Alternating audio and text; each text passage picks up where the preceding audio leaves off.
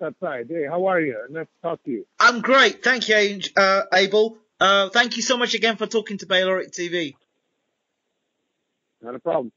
Okay, so let's talk about the last fight you had with the last fight of GGG fighting Daniel Gill. It was a very impressive performance. Well, we anticipated Daniel being a tougher opponent. We anticipated him using his experience. It ended up that once he got hit with a good shot, all that went out the window, and Gennady was able to track him down, and I actually caught him with a surprise shot it surprised Gennady more than it surprised Gill. But it was a good shot, and I think that anybody that Gennady hits with a good shot like that won't get up. Okay, it was impressive performance against a guy that, Gill isn't known for his punching power, but Gennady was there to be hit, and I just wonder what would happen against somebody who punches maybe just as hard as Gennady. What would happen? Well, we wonder that too. We have to remember this is boxing. We're going to get hit. Gennady has the kind of style that he's available to be hit. We hope that he can take a shot when he gets hit by a bigger guy, but in order to have those kind of exciting fights, I think that Gennady understands that that's part of the risk. See, the thing is, I look at a fighter when he's going through and he's doing what he's doing, and I look for patterns. I look to see whether there's things a fighter does repeatedly. For example, does he drop his left hand when he's throwing a right? Does he drop his right when he's throwing a left? Does he move particularly in one way or move another way? The one thing I noticed about Gennady in every fight I've seen of him in recent times is that he comes forward. Yes, he lands very heavy punches, but he's vulnerable to counter punches and has his chin in the air when he's throwing these shots. And again, as exciting as it is today, you just think to yourself, well, Julian Jackson was a huge puncher, but then he met Gerald McLennan, who was able to take what he had and give back just as hard. Well, I get that question a lot, and I'm gonna tell you, I know that you know who CompuBox is. That show, HBO. Yes. That shows the number of punches landed and not landed. If you go to CompuBox and you look at the top 10 boxers on there that they've listed the last 5 or 10 fights, Gennady is number 2 in defense. Gennady is at 22% being hit by the opponent.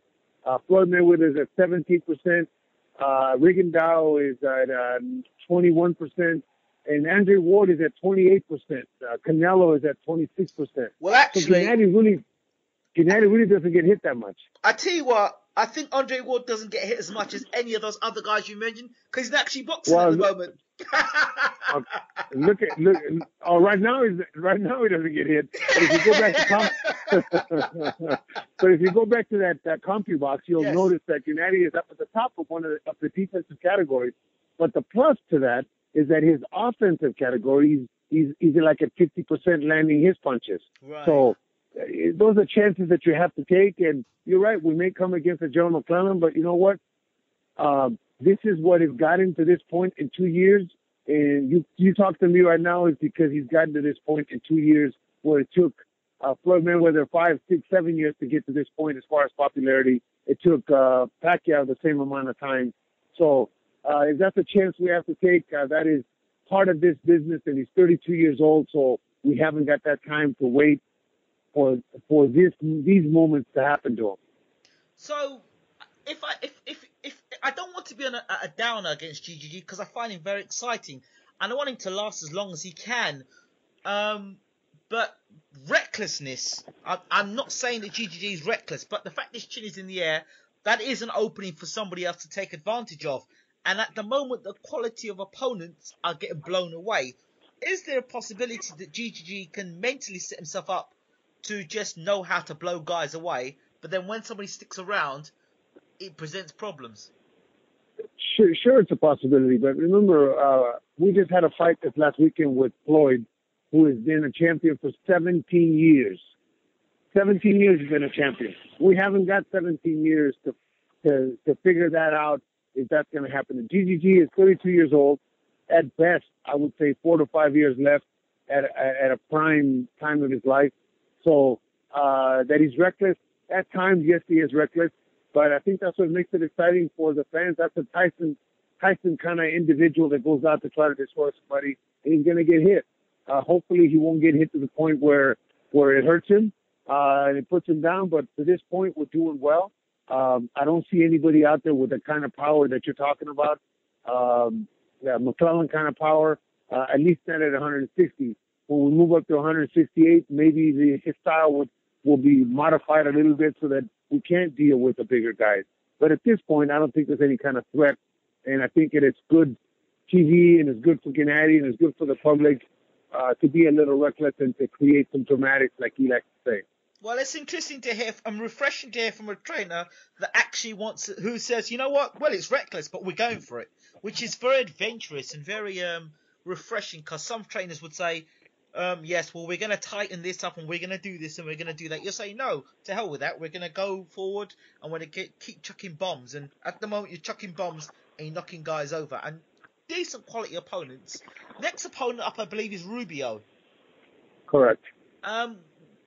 What sort of a threat do you think Rubio brings? I think the biggest threat is his experience. Rubio's got more knockouts than Gennady has fights. Right. So I think that we have to be cognizant of that fact, and I think that we have to be aware of his power too. He has decent power against guys like you say about Gennady hasn't fought the top caliber. He hasn't knocked out, Rubio hasn't knocked out the top caliber as in Chavez or in Pavlik. So, but he has knocked out 50-some guys. So we know he has power. It's just how's he going to react? As you're asking me, how's Gennady going to react when he gets hit by a good puncher? How's Rubio going to react when he gets hit by Gennady? And I think the first couple of rounds will be indicative of how the fight's going to go. Well, I don't think he can take Gennady's power, but we'll see. Well, to be honest, from what the views are seeing, I mean, you know, you don't have to rocket science to see that Gennady does have some phenomenal power there, and with the sort of power that Gennady's got, it sort of cancels out your plans once you get hit.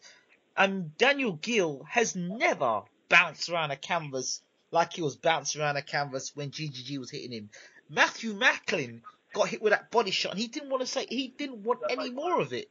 I mean, so this guy's got some fearsome power. And I don't want to, again, talking about it too much, but it's there. It's like the elephant in the room. So we've got to mention the power when we talk about Rubio. So I know you say Rubio has had more fights than Gennady's had, you know, has had more knockouts than Rubio's had fights. And that's a real great soundbite. But bottom line is, it looks like Gennady's going to blow Rubio away. Well, I hope so. I mean, I hope we're training for 12 rounds, but I hope you're absolutely right. I hope he hits him with the first shot and we go home. But I don't think that's going to happen. I think that he's too much of an experienced veteran who's been in with some tough guys. He was in with Chavez for 12 rounds. So I don't think he's going to be scared going in. And I think that when he gets hit with the first shot, he's going to notice the power. But I think he's going to take a special shot to knock this guy out early anyway. We may wear him down 4 or 5 rounds and then knock him out, but for him to go early, it's gonna be a special shot, something like a Macklin shot where it just set up perfectly and it landed perfectly. So the training, without going into obviously too much detail, how do you find sparring partners for someone like GGG? Because I believe Julius Jackson's coming up to train with you guys. Yes, he comes in on Sunday.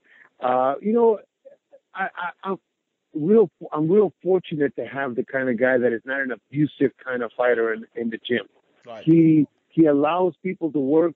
He doesn't get overzealous on trying to knock somebody out or trying to knock somebody down. He realizes that they have a career too, and he realizes that in order for these guys to throw at him and make him work, he's going to have to make sure that he doesn't try to hurt them.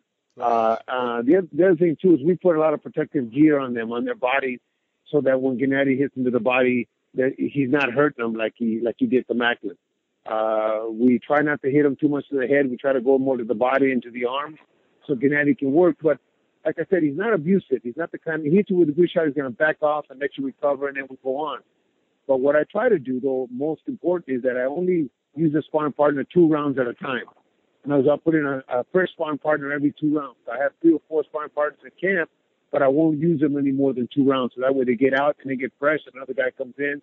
So that way they're they're on their P's and Q's, and Gennady's the one that's getting tired, not them. Right. So what you're basically saying to me is that you get Tony Stark to come in and do sparring sessions, i.e. Iron Man. Because you have to be dressed like Iron Man to probably spar with Gennady Golovkin. Yes, of course. But if I have a sparring partner in the ring that's afraid to throw his punches because this guy is going to hurt him every time he throws, well then we're not getting out of him, and he's not getting out of himself the best. And I think it hurts us and it hurts himself. Do you think that Gennady potentially could have the same like Mike Tyson aura around him? Because Tyson used to beat guys before he even got in the ring because people used to be feared of getting hit or scared of Tyson hitting them. And Gennady seems to be getting that way as well. You know, that's what people are starting to say. But I think what it's going to take is going to take a couple more fights, and one fight against a significant guy that he just walks all over like he did to Gil and to the other guys that he fought. If he knocks out Rubio in the same fashion, or controls Rubio and knocks him out in the same fashion, then I could see that coming. But I think we need one significant name that he does that to, that nobody's done that to before, for that to really set in the Tyson-esque kind of individual. Yeah. All right, Abel. Let's cut to the chase. When you say one significant name, you've obviously got your eye on somebody. Who's that? You know, I would love for him to fight Chavez. That's my dream fight. You see, I knew it. I knew that was where you were coming to. Yeah, if he can run all over Chavez at 190 pounds, that Chavez is going to be by the time he steps the ropes, and people see him do that, I think that then his aura will be that, like Tyson was before he stepped the ropes. Everybody was scared to fight him, and that's a positive because you got 2-3 rounds in the bank already, you know. Yeah, but if he does that and he destroys Chavez, then what future does he have to anybody else wanting to fight him? Well, then I think that there's still a Canelo fight out there. There's still a Froch fight out there. There's still a Froch gets past or Groves fight if Groves gets past the next fight that he's got coming up.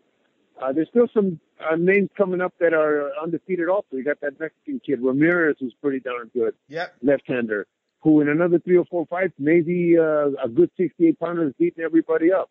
Okay. So you got the Durrell brothers. Okay, let's go through this. Froch has said on a number of occasions he doesn't want any part of Gennady Golovkin, and he said it out of his own mouth. Golovkin, it's too hard, don't want no part of it. He wants to fight Chavez. Chavez is going to have a hard time fighting Froch if it's for the title. I don't think he makes the IBF rule of 10% the next day.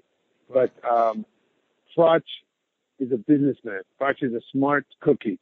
If Froch can sell out that stadium again and make the ticket prices a little bit higher, there's a very strong possibility that we fight it. I think Gennady has to be at the point where it's a demand fight. At this point, I don't think Gennady is in demand, let's just say in England, as Froch is. Froch is a superstar in England. So right.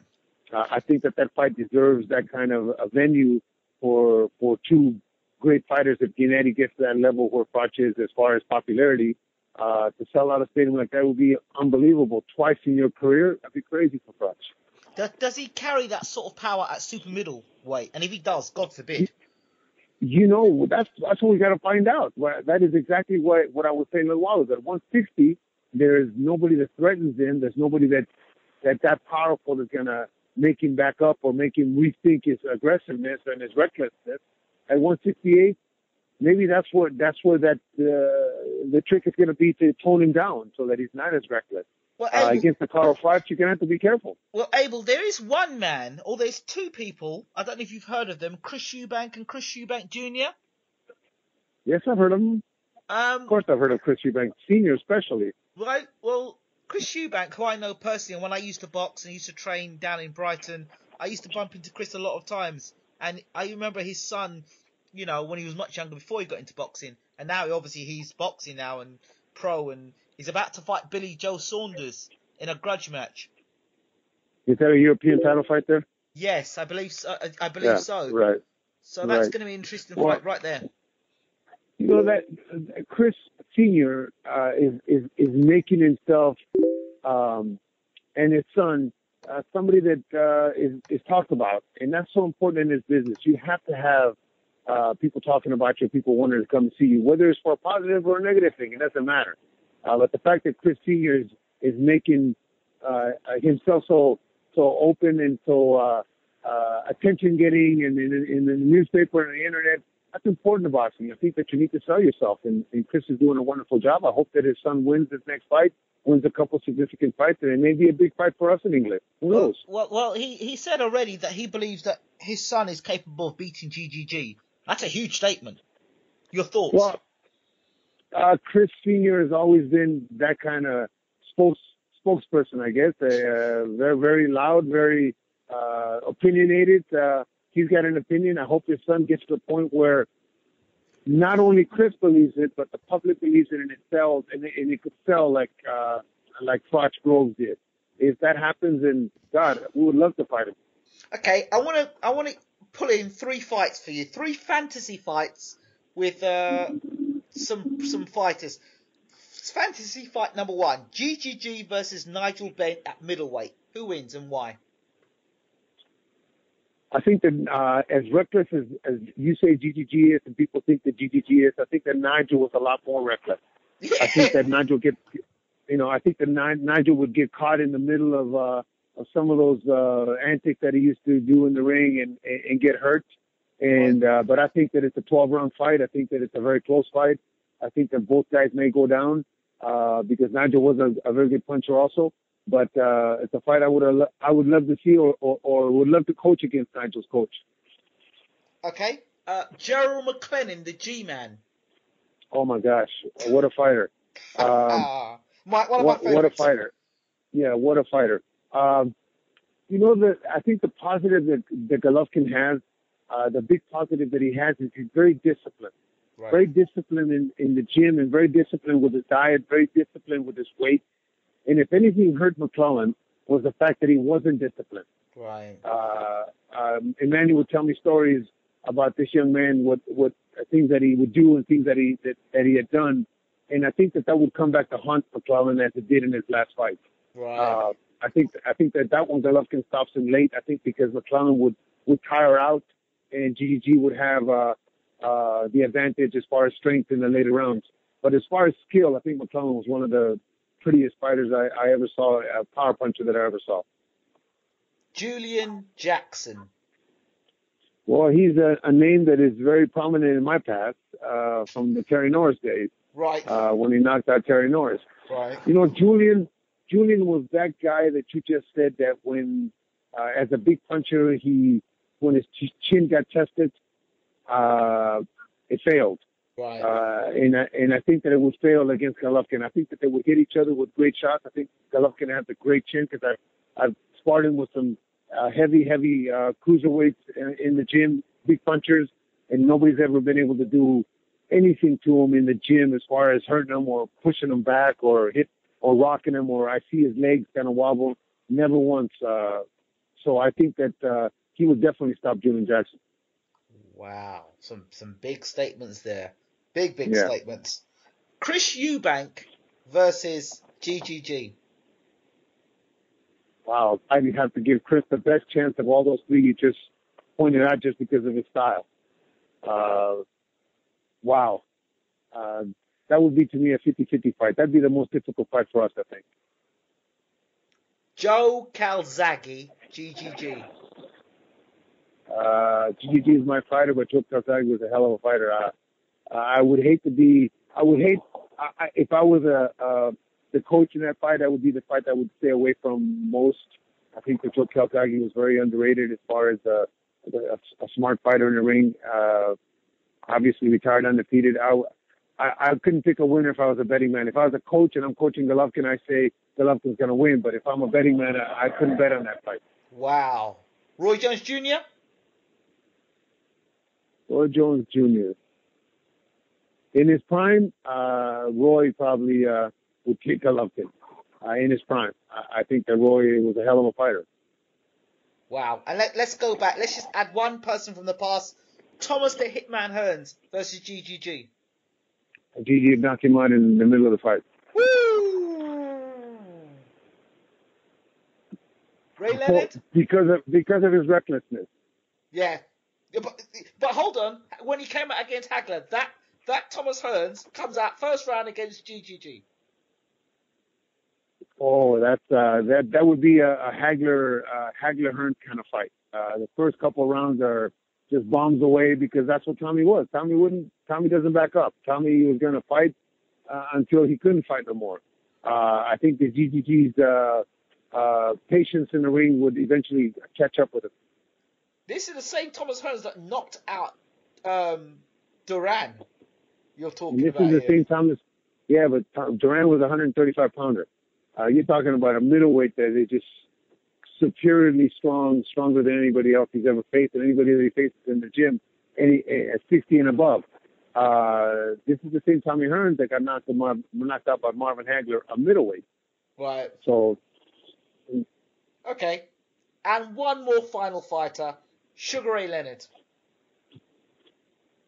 Well, Sugar Ray at 147 was probably one of the better welterweights that we've seen. At 100, if he moved up to 160 to fight Golovkin, Golovkin would just be too strong for him. Anybody that moves up to fight Golovkin at 160 is gonna pay the price. I've said in the past that there's nobody at 154 today or in the past champions, nobody at 154 to 160 I could stay 12 rounds with Golovkin. I've made that statement before. The only people that I thought at 168 pounds that could stay with Golovkin for 12 rounds was one, Carl Froch, because of his handsy style, and two, Julio Cesar Chavez, because he's got a great chin and a big guy when he steps the ropes, and Andre Ward, because he's a great fighter. Okay, there's one guy that Peter Quillin doesn't want to fight, from what I understand now, and is vacating his WBO title. Kobarov? Kobarov is still not quite on the level of a Golovkin or of a elite fighter. Kobarov is building himself up to that point, but he's had too many bad outings in the last 3 or 4 fights. He has one bad outing and one good fight, 2 bad outings and 1 good fight. So I don't think he's really there yet. He's going to be there. As far as Quillin is concerned, Quillin, for my taste, just is throwing his career away. A great talent. He's proved it in the ring. He hasn't fought the quality opponents that people want to see him fight. And when he does fight somebody, he doesn't do what he needs to do to be considered an elite fighter. But he's got a lot of talent. Okay, Rosado fights, I believe, what's his name again? Oh, Daniels? It's not Daniels. Jacobs. Jacobs. No, Kirkland. That's the one. Oh, James Kirkland gets knocked out in 30 seconds. Against Rosado. I'm talking, Rosado and Kirkland. Oh, that's a hell of a fight. You know what? I think I have to go with Rosado 5 or 6 rounds, just like I did with Vera. I think Rosado is emerging as a smart fighter in the ring that allows you to work and gets hit and has a decent chin, but is learning how to throw his right hand. And I think Kirkland is vulnerable to straight punches, as he was with Angulo, except Angulo got him retired. But I think Rosado stops him in the middle of the fight. Oh wow! And you alluded to the fact that GGG would stop Kirkland pretty quickly. Oh yeah, Kirkland is a real front runner that goes out for the kill and gets caught with shots. I don't think his chin is the best. And one advantage that he does have, or one plus that he does have, is he's back with Ann. Right. He's back with Ann Wolf. So he's going to be in great shape, but still I think his chin will betray him. And Daniel Jacobs? Daniel Jacobs is not quite there, just like Kobarov. I think that he's a little step down from the elite crop. But I think Danny has said that, though. I think, you know what? I have to say this about Daniel Jacobs. He is probably the most honest fighter I've heard in quite a while. Right. He made a comment after he won his belt, or the belt against Jared Fletcher. He said, they asked him about Golovkin. He says, you know what? I need 3 or 4 more fights. I'm not there yet. He is the best at the middleweight division, but in 3 or 4 fights, I will be there. So he knows where he stands and knows where he needs to go and knows how much time he needs to build. So I have to give him credit for that. What a smart young man. So Abel, so the aim for Golovkin to become undisputed middleweight champion, is it? Absolutely. He wants to unify the titles one way or another. I think that this fight that's coming up against Rubio makes the winner a mandatory for Cotto after the May fight. So we get that one, and hopefully down the road, Sam Solomon and Jermaine Taylor determine that one, and we get an opportunity because of the demand of Golovkin to fight those big fights. So how do you think you and Cotto would do? I mean, you guys and Cotto. I don't think Cotto will step in the ring with Golovkin. I hope he does, because if he doesn't, he will get criticized by the public. But I think Cotto understands who he is, and that he's not big enough to face Golovkin. I think Freddie's a lot smarter than that.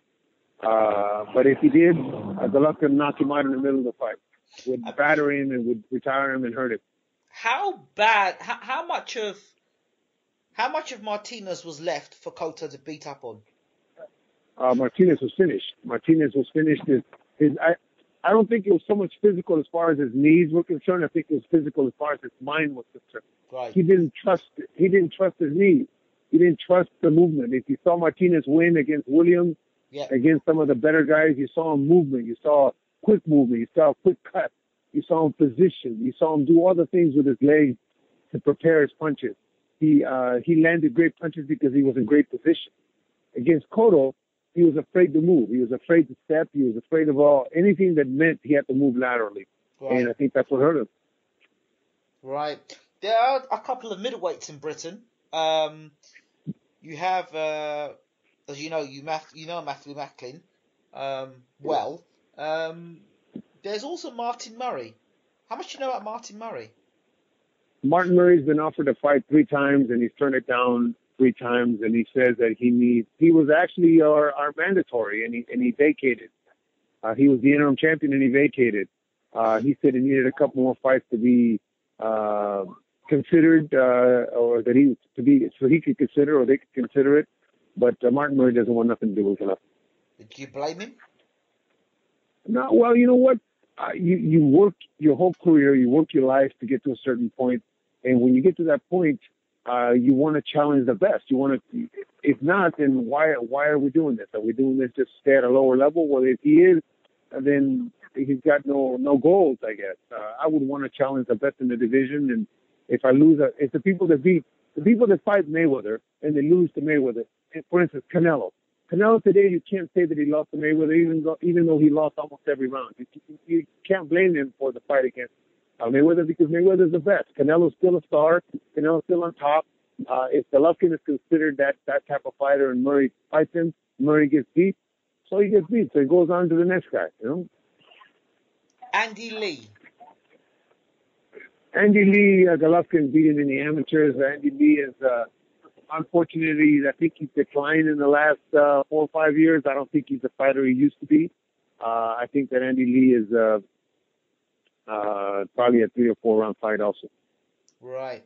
And how much do you know about the British Commonwealth and European champion at the moment, Billy Joe Saunders, who says himself that he believes that Golovkin would beat him anyway, but he said it quite recently?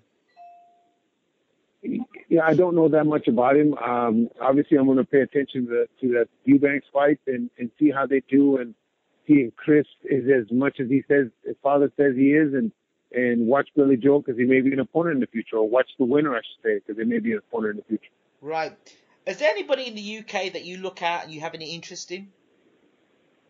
To fight, you mean? No, generally, in British boxing at the moment. I like Kel. I spent some time with Kel when he was in Big Bear with me for a week and a half, right. And I really like Kel. I like his father. I think that he's come at a time like Larry Holmes did when Muhammad Ali was fighting, that there's so many other stars that he's not really appreciated for what he does. Right. He fought a difficult fight here in California against Sean Porter. He won. Now he's in a point where Eddie can move him in the direction that they've always wanted to go. So I really like Kel. I don't know anybody else as far as personally, so I can't tell you. And I also fought Kel actually with Carson Jones. So I thought he fought a gallant fight. I thought he beat us the first time. The second time I wasn't there, but I know that he beat us the first time, and I'm comfortable with the fact that he did beat us. Right. But I don't know anybody else to be able to give you an opinion on any of the fighters. Right. So let's go back stateside and let's talk about that same division. You've got Amir Khan. Amir Khan, I think his training situation is difficult for him right now. The fact that he's in Florida, the fact that he, in order for a coach, in order for Virgil Hunter to be able to do something with Amir Khan has to give him the time. Right. You can't go to camp for 8 weeks and expect Virgil to be a magician, first of all. Right. If you don't give Virgil the time, then Amir Khan's never going to improve. Amir Khan's always going to be the same fighter. He's got a lot of talent, but he could learn a little bit more and add to that talent that he has if he spends some time with Virgil Hunter. Right. The one thing about Golovkin in 2013, he spent 10 months out of 12 with me in camp. Wow. Okay, so you get a chance, a coach gets a chance to develop the talent. And like I said, coaches are not magicians. Hunter's not a magician. Freddie's not a magician. Robert Garcia's not a magician. We all need time to develop the talent. And unless you give us that, then it's impossible. Okay. Listen, I'm gonna have to cut you off because I have to go have my dinner. If you don't mind. If you're talking about Keith Thurman, I think Keith Thurman is a great talent who needs to fight to prove it. Okay. Abel Sanchez, thank you so much for talking to Bayloric TV. It's always a pleasure talking to you. Thank you very much. Have a great night. All the best. Bye-bye. Bye-bye.